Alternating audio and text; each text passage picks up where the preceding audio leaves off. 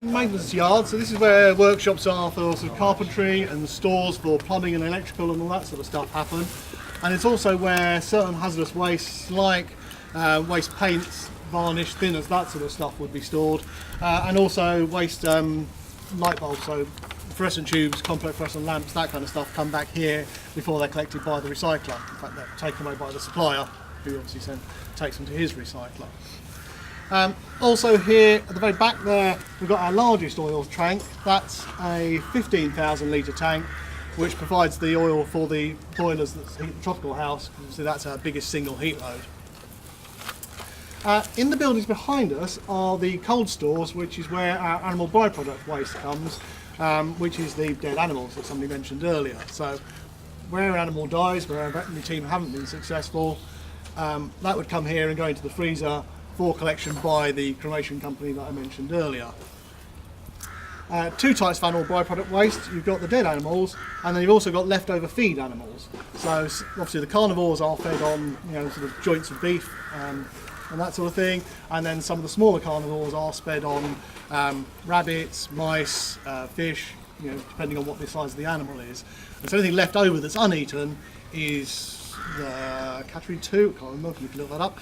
So that also comes down here separately, and again it's taken away for cremation. Leftover bones are treated slightly differently from the largest carnivores.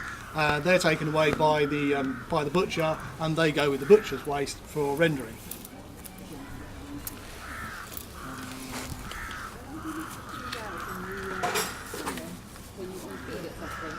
Very much depends on the animal.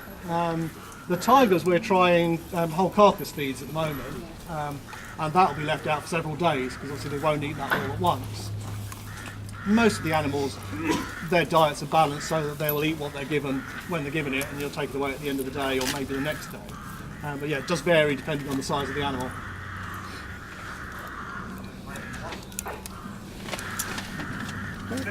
Yep. Is there much wood burned on site? Is there much? Wood burned on site, as I can see.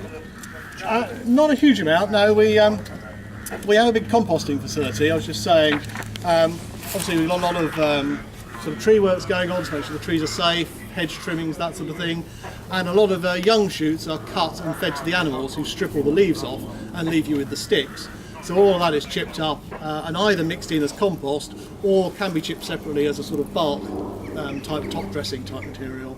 But no, we don't. The only things that are burnt are things like the ragworts, which have to be destroyed on site. You can't take them away.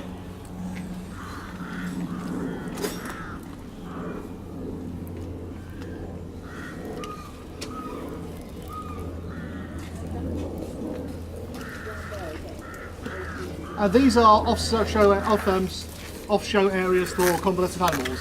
So where animals come in, may have to go through quarantine before it goes out to its pen, or it could be sick and it's separated from the rest of the herd, that sort of thing. So these are all sort of temporary housing for animals.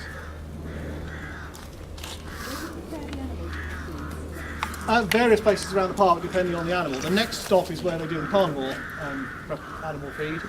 And then there are a number of feed preparation areas for the different types of animals. So the birds will use one bit, small mammals another, primates, that sort of thing. So it's all separated out depending on the type of animal.